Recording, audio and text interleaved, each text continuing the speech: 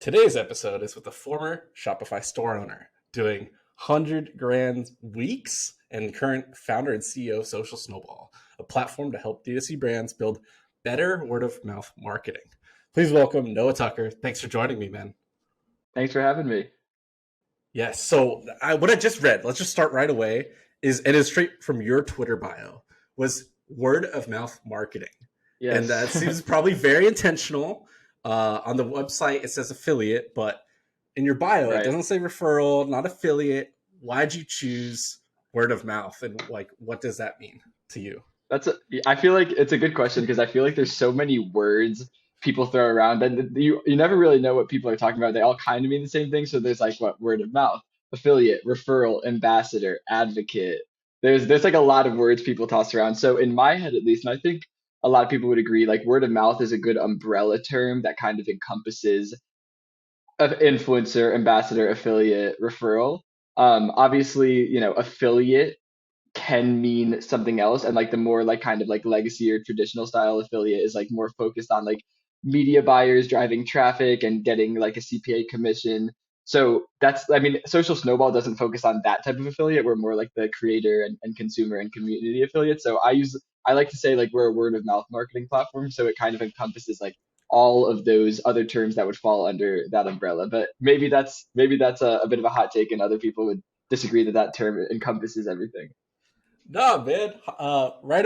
That's what gets engagement on Twitter is hot take this, and then state like a True. very, very mild statement, or like that's generally agreeable. Like, Literally. nah, like yours is just word of mouth marketing. I think that's a great way to answer it. It helps set the stage of the rest of the conversation. Yeah. So Social Snowball. You very simply post purchase. This is the basic way to use it, and I haven't used it myself. My understanding is cool. Customer signs up, buys something. Here, hey, if you like what you bought, share it with a friend. And then there's a custom discount code made for them. They don't have to sign up. They just like it's there already, and it's all automated and kind of taken care of and handled. So, with all that being said and stated, like when a lot of people are like, oh, you should be doing ads, you should be doing email, you should be on TikTok, you should be on this and that. Like, when is the right time, or what is the right time to kind of insert affiliate or kind of set that up and take it seriously if you're a founder of a brand? Yeah, I mean, good question. I think it depends on like what kind of affiliate you're partnering with. So like, under the affiliate umbrella specifically, there's a lot of different types. And what Social Snowball specifically focuses on is what you were talking about, which is like activating customers into affiliates. And then there's also, like creator and influencer partnerships. So I think for like specifically what you're talking about, like turning customers into affiliates, really you just need to start having customers, and you start having loyal customers that are already passionate about the brand, that are already your advocates, without the proper incentives in place. Then when you're able to kind of like automatically create those incentives for them, create like a mechanism for them to share and for you to have attribution for those referrals that are coming in, it's just going to pour fuel on the fire, and it's going to grow a channel that was already there that you just weren't really tracking. As far as like other types of affiliate partnerships, like maybe partnering with creators, I mean, that could be your go-to-market strategy. That could be the first thing you do when you launch is partner with creators and put them on an affiliate program to track their sales and pay them on a performance basis. So I think it kind of depends on the type of affiliate you're partnering with, but for specifically that like turning customers into affiliates post-purchase and trying to get that activation, you just need to have some sort of traffic and customers coming in already so that you could kind of activate them after they purchase and join your brand. Sweet. Yeah, that makes a lot of sense, and I love how you perfectly segued me into another question about influencers and creators, and that might be a good go-to-market strategy, or you have a new product launch coming up, and it's like this kind of different SKU in your SKU set, and it kind of aligns with this one influencer you've been talking to. It could work out great. So can you have multiple tiers of affiliates within Social Snowball, of like standard affiliate for like customer, and then like super influencer, or like this next tier up? Like, are you allowed to have multiple of those? Absolutely. Yeah. So I mean, we call them like programs, but it's essentially what you Ah, described like as tiers. And it's basically like different cohorts of affiliates. You could segment them manually. You could segment them based on rules of like how many customers they referred, or if these are customers themselves, you could segment them based on rules of like how much have they spent on your store, and kind of get creative with that. But yeah, I mean, I think, brands should definitely, like most brands, especially brands at any scale, should be turning customers into affiliates or getting some sort of referral activation out of their existing customer base, because it's basically just like free customer acquisition. And partnering with creators is, something most brands are doing regardless. So if you could maybe pay them less upfront or pay them nothing upfront and partner with them on a performance basis with an affiliate program, there's no downside or risk for the brand, and the affiliate is going to be more motivated to create better content, to post more consistently. Um, so it's usually a win-win partnership. Yeah, I think that's a great way to test the water of like, oh yeah, let's try this partnership. You're gonna make money if your audience is aligned with our product and brand. Yeah, And then like, cool, exactly. let's do this for a month. Let's do this for 2 months. And then that's the first engagement. And then you're like, oh cool, this really worked. Let's cut them in as, part of the bigger picture. Maybe equity or like more specific, like super like a different program up just for them, whatever it Yeah. is. But I think that's a great way to like test the waters on that. That's really cool that you mentioned that. So, you've mentioned, and I've listened to some of your past episodes about affiliate. These affiliate programs and referral programs work best when you have an enthusiastic customer base. So, what's one of your favorite either case studies or examples of a brand that's been working with Social Snowball that at first you're like, is someone actually going to refer a friend to buy this sort of product? Like, there's Yeah. some that make so much sense and are natural fits, and that is Yeah. sort of like, oh yeah, of course they have a refer a friend program. But what's one of your ones that are like, oh wow, I didn't really think that would work, and it ended up working really well? That's a good question. I actually, this brand like was what like a really like 2 years ago when we like first launched, they partnered with us. And I actually am struggling to remember the name, but I just remember, this is like what I really remember, is that it was a online chemical supply store that was selling like random chemicals for like, I honestly didn't understand what, like I don't think it was something as like mainstream as like maintaining your pool. Like it was some weird chemical website for God knows what. And they were driving like really consistent and significant referrals. And I was like, wow, like this is the one brand that I would like put money on nobody would want to refer. And they weren't like using it for creators or like niche influencers. They were activating their customers into affiliates post purchase, and it was doing really well for them. So that was like an eye opening. I wish I remember what it was called, but that's like kind of the That's most fascinating. like radical one. Like there's definitely been other ones where I was like, this could be hit or miss. I don't really know what the target audience or like demographic of their customers is, and then it still does well. That's probably happened a handful of times, but yeah, there's this one chemical supply store that I was like, wow, I really don't even understand like the value that my own product can bring to this kind of thing, and then here I am seeing it happen. Yes, I'm so glad. That's better than any answer I could have expected when I thought of that question. Is Yeah, some chemical supplier, and it's so not through random. influencers or creators, and it wasn't like for pool cleaning stuff. That's like, oh, that's No, so good. no, it was like I didn't understand. Like I still don't understand what they were selling, genuinely. Oh man, no, that's good. Thanks for sharing that one. So, okay, now we beginning of 2023. We're recording this middle of January. This will be out in a few weeks. Um, we had iOS 14.5. We talked about that enough for most people.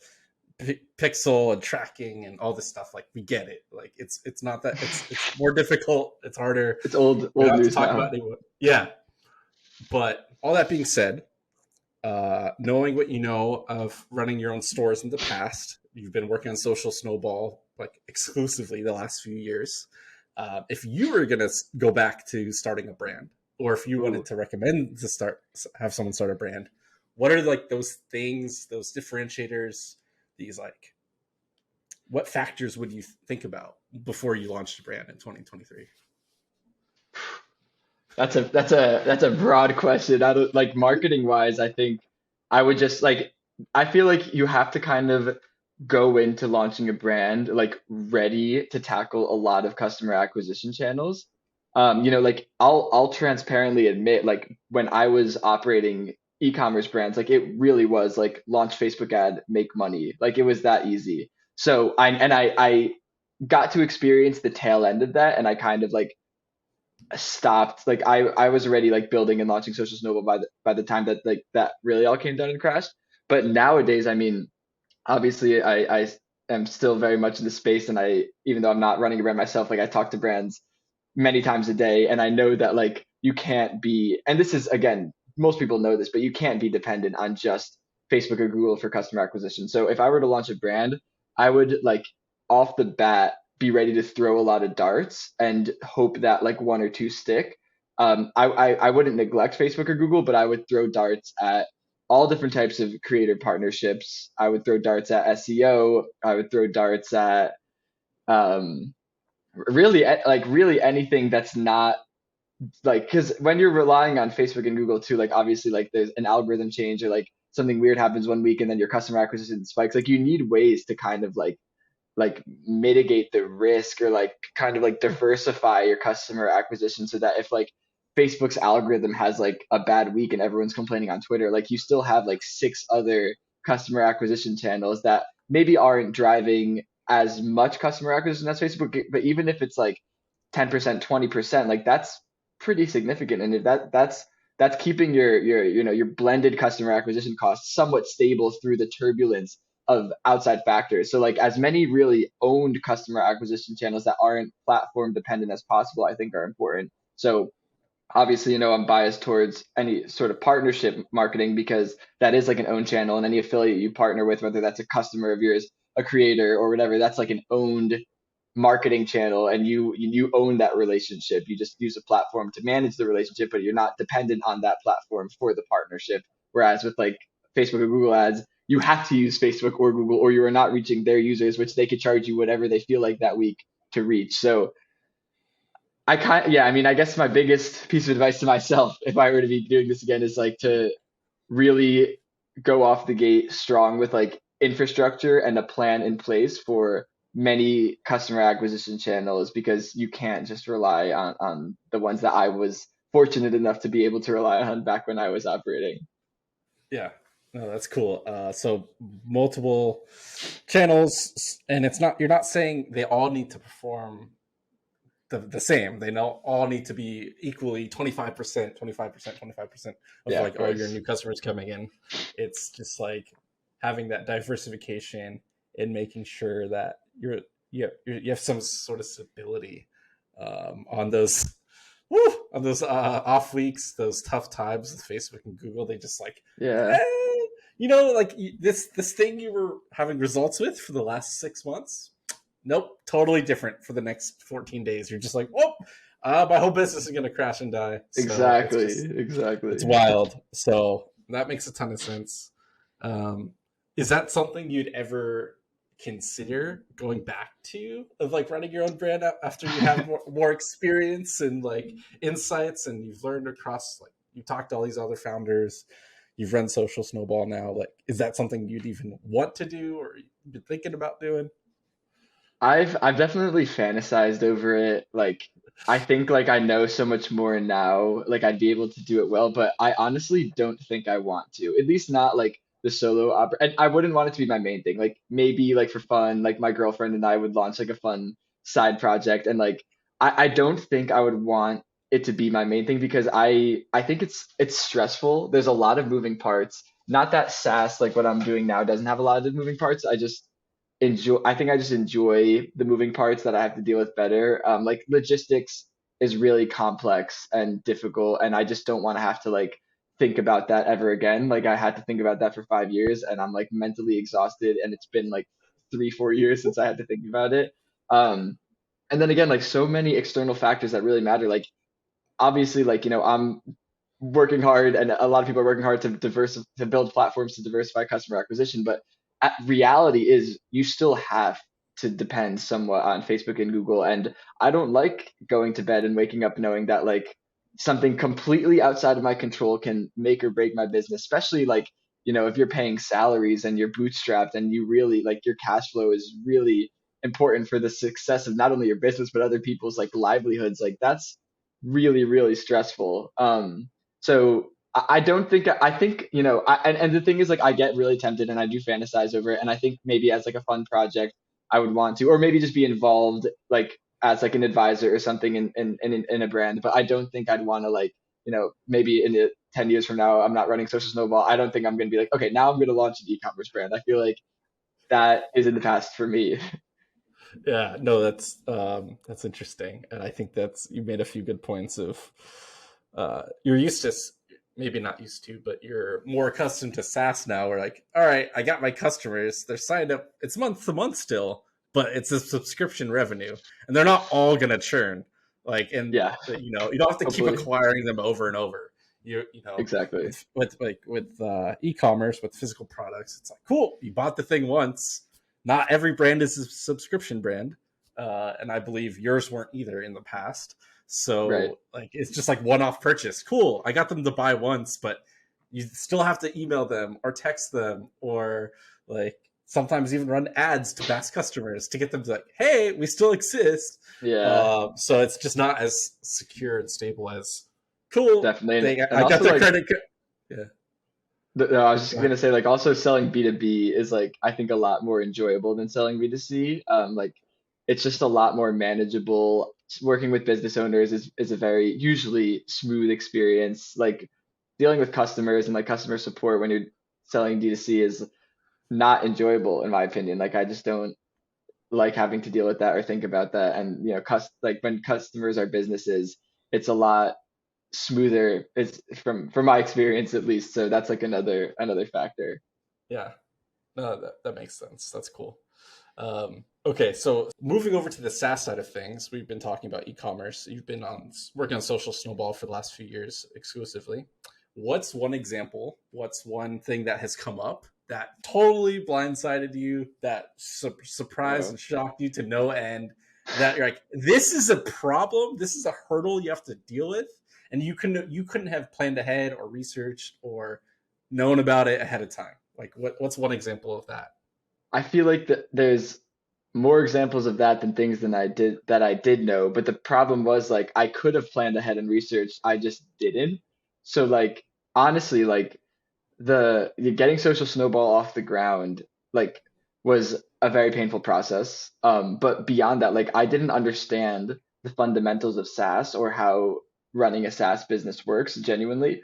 So like what I thought I would do, this is my e-commerce brain with really zero SaaS understanding coming into this is I was like, I'll pay an agency to build what I tell them. I'll keep like one developer on like part-time as a contractor to like fix bugs if they come up, maybe build a new feature occasionally. And then I'm just going to spend as much money as I possibly can on Facebook ads to acquire users and become rich and live happily ever after. That was genuinely, and I can't even believe I'm saying this because to me, I'm like, it's like a joke when I say this out loud, but I really felt this way like only like 3, 4 years ago. Like I genuinely believe this was reality. Um, so like the amount of learning curves I had to go over to get to where we are today, and I am not technical, but I do have a really good understanding of like DevOps now, and I didn't have the slightest clue of anything DevOps, back 4 years ago. And like, just product and just everything SaaS, like even just like metrics and everything. Like I knew nothing. I was fully that guy who thought he was going to build a SaaS, who really shouldn't be, who probably should have just not even tried. But obviously, we pushed through and it's all good now. Um, but yeah, I mean, like the thing is, like I could have avoided a lot of these mistakes if I had like done research and like I now immerse myself in the SaaS and startup world, and I have like education sources and sources where I'm like consuming content regularly to like stay up to date. But I didn't know about any of these back then, and I probably should have done a little bit more research to be fair. So yeah, I mean everything was a huge learning curve. Like I mean to this day, obviously I'm still going over some learning curves, and I don't even know all the ones that I'm going through right now. But in the beginning, I mean, I really had to catch up to speed fast or Social Snowball was going to fail. So I just like, once I realized like the things that I didn't know, because when you don't know what you don't know to go out and learn it. So like, I didn't know what I didn't know. At some point, I started realizing, oh, I don't know anything. I need to go out and like immerse myself in that world. And then I like went out and started catching myself up to speed. with everything. And it was a lot of trial and error, of course. I legitimately probably hired, and I'm not even exaggerating this number, like in the 15 to 20 developers before I had a developer I could stick with. And that was a very expensive, time consuming process, but through it, we were still growing and we were still, making money and we were learning. And like now I definitely consider myself on the other side of that, like that hurdle at least. And I just want to make sure I just feel like I owe it to other non-technical SaaS founders to like just tell them to not do the stupid stuff I did. Like I just want to like genuinely be like, just don't do anything I did. Like literally avoid everything I did, and you'll be successful. Because I really did it the hard way, and I didn't need to. Man. So some of that includes like you mentioned, and this is from another episode where you talked more about it, was you hired this agency to like build the thing. It was Yeah. like 3 months, and then it took 15 months, Yep. and then Yep. you're like still wasn't ready. And you're like, okay, screw this. Like you cut this off, and Yeah. then you have to go find 15 through 20 developers to kind of find the right fit and right person. So, and you ended up with a technical co-founder, and you didn't even know that was a thing until you found them. So like what would you like what's the sort of additional takeaways or insights or lessons like from that process of you wanting to people to not make that same mistake on Well, that yeah, side I of the mean, process? I actually didn't end up with the technical co-founder, but I thought I did at one point, and I'm assuming in whatever Okay. podcast you listened to, because that was also part of the failure journey, was me thinking I had a CTO. Like that was like there's more to that. Like I had a CTO, or like and things went really south with that. But I mean, I Oof. would say like finding a technical co-founder is what I would recommend. It's way easier said than done, because it can't just be anyone who knows how to code who's like down to grind. It has to be someone who's like good and is going to build infrastructure that can scale. Because like I was lucky, like social, even the original devs that maybe did a really bad job at a lot of things, they did build good infrastructure to scale. And like now we're at a point where we like need to like restructure our database and stuff. But this is like tens and tens of millions of affiliates later. Like this is like it was a pretty good infrastructure at first. But had it not been, 100 store installs, and we would have not had a functioning product. And those are things that you can't understand that as a non-technical founder. You could hire a developer. He or she can make something that looks really pretty, and then you go in and you're testing it and you're like, oh, this looks good. And then like you like, oh wow, I really found a good developer. But then it breaks, and like it's really difficult to like restructure the database and migrate everything over. So like there's a lot of things that you just don't know you don't know. And building products is really, really, really complex, and there's a million things that go into it that you never think of as a non-technical person. Like you just when you're using an interface, you're not thinking about the unfathomable amounts of complexity that's happening behind the scenes. And to this day, I'm like, there's like a bug or something. I'm like telling the devs to fix this, and they're like telling me all these reasons why it's gonna be way harder than I think. And I'm like, oh my god, like it's literally like a button, like just fix it. But it's not that simple. It genuinely isn't. So I would say, yeah. I mean, it matters a lot. I guess is the point that I'm drilling in. Like, it really does matter finding good devs. Finding a technical co-founder, I don't think there's any magical way to do it. Like, you have to know someone that you really trust, and if you don't, like, finding someone online could be risky. The only like and like hiring on Upwork and Fiverr, like I've had really bad luck with that. The only freelance marketplace that I've had success with hiring a freelancer is called Lemon.io. So that's like if people hit me up, which happens pretty frequently, like someone who's non-technical wants to start a SaaS and they're like, hey, like could you recommend me a dev? And I'm like, no, because if I had a dev that I liked, I would have hired them already and they'd be already on my team. But Lemon.io, I have had a good experience. And I mean, we don't work with any contractors anymore at this point. We're only hiring full-time team members now. But I think it would be like if I were to start again and I couldn't find a technical co-founder, which hopefully I would be able to at this point, but you never really know. I would probably start with like either Lemon.io or another uh, tech or a dev like marketplace that vets them intensively before you could even consider hiring them, because I can't vet a dev, and now I have devs who could vet new devs, but you need one good one to Yeah. start that chain. Yeah, dude. No, that's really good. And really, thanks for sharing and opening up about it and like, being okay with like, yeah, made mistakes, had failures. Sometimes people just avoid all of that in these kind of conversations. So I appreciate you just sharing that. And the thing with like technical, like, and again, I'm a non-technical person. My older brother's Okay. software engineer. I used to help Okay. Okay. project manage website builds and all Nice. this stuff. So like, I have a baseline understanding. Most technical people, if they're that good, aren't just going to be like, yep, I'm going to partner with this person and build this thing when they Yeah. probably already have a really solid gig and environment and like thing all lined up and squared away. There's like, Yeah. yeah, let me just take a. They're like so logical and rational that Yeah. Yeah. usually that they're just like, I'm not going to take a chance on this. This is unproven. I'm going to be working Yeah. for nothing for a while. So I think those are all factors in it of making it Agreed. harder uh, to be able to find that. So, but yeah, thanks for sharing a bit more about that. Um, so speaking of SaaS and things changing and learning curves, I've known about Social Snowball, I'd say for at least like 6 to 8 months.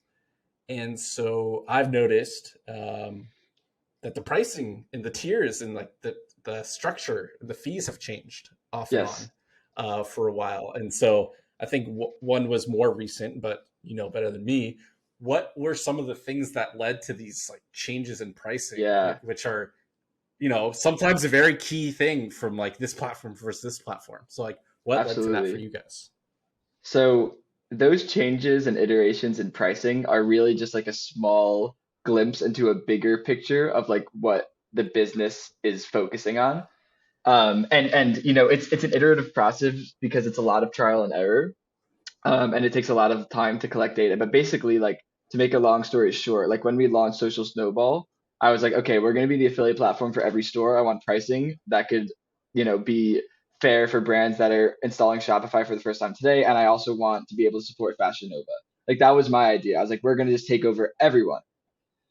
And although some businesses can do that, I think bootstrapping that is particularly hard. Where bootstraps are like I didn't really understand. And like, we need to make money, like to grow and to be able to hire people and build new features. Like we have to make money because we're bootstrapped. So like, if we can't get new MRR, then we can't hire people to do things. So it's like we kind of started learning this. So like we were focused a lot on the smaller users. They were easy to acquire. I'd run Facebook ads and I'd get them for stupid cheap, crazy cheap installs, but they were all really, really low quality stores. Most of them were drop shipping. Most of them were going to close down in the next month. Yeah. None of them were paying us because we had like a free plan at one point. We've actually iterated pricing, in both directions. So we started like starting at like $12 a month, I think was our first ever iteration, up to like $75 a month with like different percentages of affiliate revenue we were taking as a commission. Then we like iterated down market and we're like, we need freemium. We're gonna do a free plan. We're gonna like really like just try to pick up the market. And it was just super not working for us. Our revenue was dropping, at best months plateauing. And what we started to realize is like, and this is like, I feel like a lot of SaaS founders go through this, but like the smaller customers pay you less, take up the most support resources, complain the most, like they're no patience, they're like unreasonable to deal with. It's just like it's almost like dealing with consumers, like when you're really down market in B2B. It's almost like dealing with like a B2C like customer support. Like it's similar. So then what we also realized is like the bigger customers that we did have, even though it wasn't our main focus, like they were paying us a lot, they were really happy, they were getting a ton of value out of the product. At the time, our main functionality, which is still big functionality now, but it's really all we offered at the time was like we'll turn your customers into affiliates automatically. So it made sense that brands with a lot of customers would get more value out of the product. So that, we saw that we were making more money from them, they were taking up less resources, and we're like, okay, like this is something. Let's shift pricing a little bit in that direction. We don't want to have a free plan anymore. People are just using the app and we're not making money from them, and we need to grow revenue again. Like we went through a big plateau period, when we were figuring this out. So when we realized that, there's more than just switching pricing that had to be done. Like we had to really rethink the business. And so like, we had to shift pricing, but it had to make sense. Like if a brand is paying, a few $100s a month, like they're also going to expect a certain level of functionality and features on the platform. They're going to expect a certain level of customer success and onboarding and white glove support. They're going to expect certain things. They're going to, especially these upmarket brands, they care more about like fraud protection and compliance. So we had to do a lot of things. Once we had this realization, it wasn't like, oh, okay, cool, now we figured it out. Now, like, next month we're good. It was still like another 6 months legitimately after we had this realization of me and the team like slowly iterating things. And pricing was actually the last thing we did. So we didn't want to switch the pricing until it really made sense and was fair and reflected everything else in the business. So we first, built a ton of new features, which we're obviously still doing, but there was a lot of like really important functionality that big brands were just like not going to use us if we didn't have. We had some really cool automations and some things that made us different, but there was some simple functionality we needed to add. So we spent 6 months just cranking out features.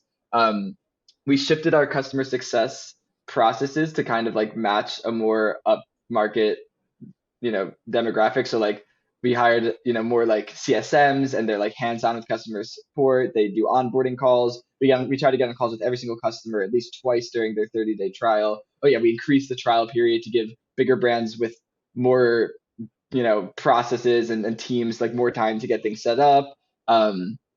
And yeah, and then at a certain point we were like, okay, like we're pretty much there, like it's time, and we changed pricing to start at $99 a month. And this is the first iteration of pricing. I think we might have iterated pricing either 3 or 4 times. This is the first iteration of pricing where we're really close. This we either nailed it, like this is the pricing that works, or we're like super close because we are growing revenue consistently month over month, every month, like pretty significantly. And it only started like after we changed the pricing to this, because I think we're aligned with our ICP on functionality, we're aligned with our ICP on customer success, we're now aligned with our ICP on pricing, and we don't have to deal with the smaller brands that we're just installing, wasting our resources and not doing anything. So our install rate has dropped dramatically. Like if you look at our Shopify active merchant chart, you think we failed. It's over. We haven't acquired a customer in a year. But if you look at our revenue, it's like an actual hockey stick, like up and to the right. So Yeah. that's what we're focused on now. Like if we're growing revenue, that means we're providing value, and things are going well, and we're able to grow and hire new people. So it was a long process to get here, but now like brands might look at our $99 starting price tag and be like, this is not for us, and we would say to them, you're right, this is not for you. And we're not pretending to be someone we're not anymore. We've nailed down our ICP, and everything in the business kind of reflects that, finally. Yeah. Oh man, no, thank you. Wow, that's so good. I'm glad I asked and got a much better answer than I was expecting, because it really goes back into the positioning and the how why you started, how you were starting. We're the affiliate, we're the affiliate platform for every single brand on Yeah, Shopify, like you said, from day one to Fashion Nova, and literally. I think that's a very common thing with like brand founders, like, oh, who's my products for everyone, like Exactly. everyone could enjoy a t-shirt, everyone could enjoy skincare, everyone should Yeah. like buy cool shoes, but that's not how it works. If for most things, Yeah. you're going into a heavily commoditized, like competitive place. If you're talking about water, you got to stand out somehow. There's like liquid deaths and that sort of Right. stuff to stand out. But you found your positioning and you changed your pricing. And I love how the word you mentioned was iterative. It's not like, oh, we picked this thing, we made a decision, that's it. No, No, yeah. that's just the next step. Like that's just like before you keep going. So I think a lot of brand founders could learn from other industries like SaaS in some of these things of like iterations and like picking the market. And you keep mentioning ICP and ideal customer profile, ideal customer Yeah. persona.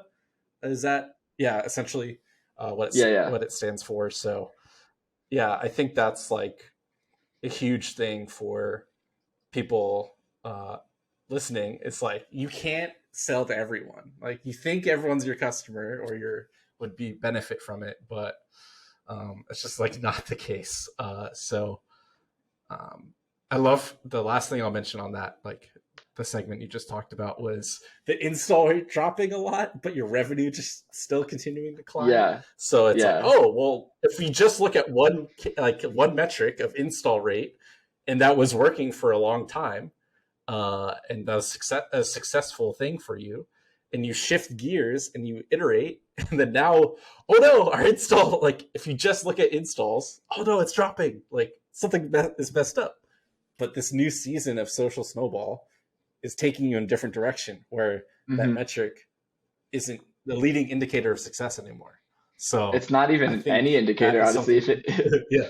like it looks like we're failing. Like I'm not even exaggerating. Like it literally goes like this, and then it's literally just like like it's not. It looks like a failure. But if you look at our revenue, it like goes up in the Yeah. beginning, and then it like plateaus for a while, and then it just goes right back up again once we like kind of figured everything out. Oh, so cool, so good. Okay, so we're gonna start. We're landing the proverbial podcast plane now. Wrap up here with another question or two. Um, you mentioned that this is like either this is it, like either you nailed it or you're about to nail it on this like Yeah. pricing and repositioning. Is there any new features, initiatives, 2023 stuff that you wanted to like tease out or mention? If someone's like interested in Social Snowball or just want to follow along for the journey, is there anything you want to, disclose or share or tease out? Yeah, I mean, we're releasing a lot of functionality. We've recently released, like, we're definitely, we're talking to these bigger brands. Some of them are our customers, some of them are just leads and telling us what they're interested in. We really take that feedback like insanely seriously. Like, I tell brands, I don't think they believe me, but like, if you write me suggestions, you'd be surprised how much of that will be copy and pasted to something a developer will read. Like, I take your feedback and we build it. Like, I really think that's the way. Obviously, like, not everything, but like, if multiple brands are requesting something, it's like, okay, we're on something here. When we're working with these bigger brands, we learned because like I'm working with brands now that are way bigger than anything I built. So like when I was in doing e-commerce and using these apps and I was like, oh, I hate this about that and hate this about that. Like we've solved all those problems long time ago. Like now I'm learning new problems that I Yeah. didn't feel like new pain points I didn't feel exactly myself because I never owned like a brand that does 30 million a year, like and has like 20 employees. Like that's a new, customer profile. So we're communicating with them a ton. So I mean, like recently we released a feature that I'm really excited about that basically helps brands. It'll detect if any affiliates code leaks on a coupon site. So that's like been a huge problem since Cool. we launched. So like obviously there's like Honey and like Capital One Shopping and these coupon sites that will just like and affiliates don't always do it intentionally. Like a code can literally get like picked up from the browser extension and at checkout and then just leak to the network of like billions of users or whatever. Um, and obviously it just creates a mess of attribution, and then you have to, it's a whole back and forth with affiliates, which payouts are real, which ones aren't. So we built a tool that's basically just included with any plan that just like detects whenever a code leaks to one of these browser extension, notifies you in your dashboard, and then tells you which referrals are legitimate versus which referrals, came from a leaked code. So instead of having to like fight with the affiliate over which ones are real, you could literally in your payouts interface in Social Snowball where you send your payouts, you could filter codes with leaks, and then it'll just show you all the codes that, or no, all the payouts, excuse me, that were from like directly attributed to a code leak, and you could click reject these, and then those will get canceled, and then all the other payouts that might be to the same affiliates that were legitimate referrals from their friends or social media followers or whatever, you can still compensate them for them, which is obviously the ultimate goal. So I mean, as far as like, I mean, that's something we've already released. We're adding a lot more to it. I guess as far as like future functionality, I'm trying to think of like something that's super exciting. I mean, we're releasing really soon the ability to gift products to influencers and affiliates automatically. So instead of, right now all commissions are sent through like cash or store credit. We're gonna have like different automations you could set up that'll automatically create orders in Shopify for affiliates, and there'll even be their own interface where they could go in and like choose which product they want, and it'll create an order in Shopify. They'll put in their address themselves. It's all like very automated and self-serve. um, so that that's pretty exciting. Lots of new integrations. We just released our attentive integration literally last week. We have a lot of other cool integrations coming. I mean, yeah, I mean we have a packed roadmap. I think I'm trying to think of like the most like Yeah. exciting features. Um, but I mean, it's really, it comes directly from customer feedback, like things like, affiliate links getting too long because we're adding so many parameters to them because brands have like crazy GA setups and whatever, and they need it all to be integrated. And now we're like building like link shorteners for these incredibly long links because they don't even fit in the Instagram bio if you set it up a certain way. So little things like that, like you'd never imagine that'd be a problem. Like, but then it is because we're working with brands that have these crazy setups, and we need to adapt accordingly. So we're just trying to ship these out as fast as possible. I think our one thing that's great about having like a bootstrapped and lean team is we're really able to release features quickly, like really, really quickly. We have two-week sprints, and we are releasing, two plus pretty significant features every 2 weeks, which has been really, really great. Obviously the brands that are already on the platform love to see that. And then it really helps us close leads that are on the fence, because if they are like, oh, we're interested, but we want this feature, we just like prioritize that and then ship it in 2 weeks, and then they install. So that's been one of our secret weapons for sure. That's so cool. That's so good. No, the discount code leak huge as those programs keep getting bigger and bigger. Link shorteners, the free product is interesting. You can do so many things with that, I think. Yeah.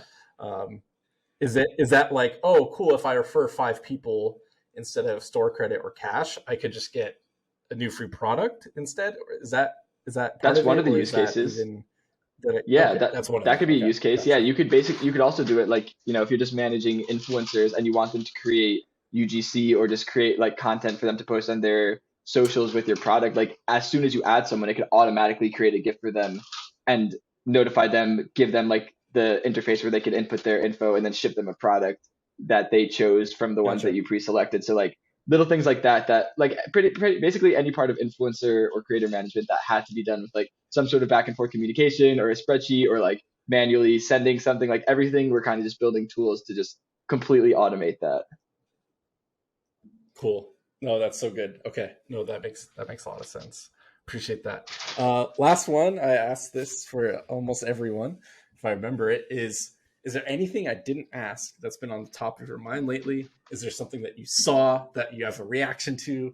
Is there something that you want to either predict or just preach about that'd be important for a bootstrap founder as we head off? Well, there is one thing I saw that's been on my mind this entire podcast, and it's that you have an erg in the background. And I used to be a rower in high school, so I've that's been catching my eye. Do you row? I row not as often as I should. It is something that I do from time to time. I got a bike, I got the erg, and a treadmill, so I kind Oh, of nice. rotate between them. Oh, you're locked in. And was more into rowing back in like we when I played basketball. We Mhm. did CrossFit as one of our main like off Mm, season training things, and rowing was yes, like a big part of that. That was um, absolutely. different than us just sprinting, doing up and down the court. Is a different kind of cardio. So, Cool. yeah, it's just something that's kind of carried over. Nice, nice. That's valid. That's one way to. It's been on top of your mind. Sorry to distract you. No, no, no. This It's just giving me this whole giving time. me Yeah, PTSD from my high school days. definitely not my intention, but that's fun. It's a good way to wrap things up, I suppose. So, Noah, thanks so much for your time. Where do you want to point people to if they want to talk to you, they want to follow up, ask some questions? Where do you want to send them? Twitter is definitely the best. That's definitely where I need some more self-control social media wise because I'm on there way too much. Um, so yeah, my Twitter is just Noah Tuck, spelled Noatuck. Noah Tuck at Twitter, the founder and CEO of Social Snowball. Thanks so much. Really appreciate it. Everyone else listening, take it easy. Thanks for listening. Leave a rating and review if you haven't yet, and we'll catch you on the next one. Thanks so much, Matt.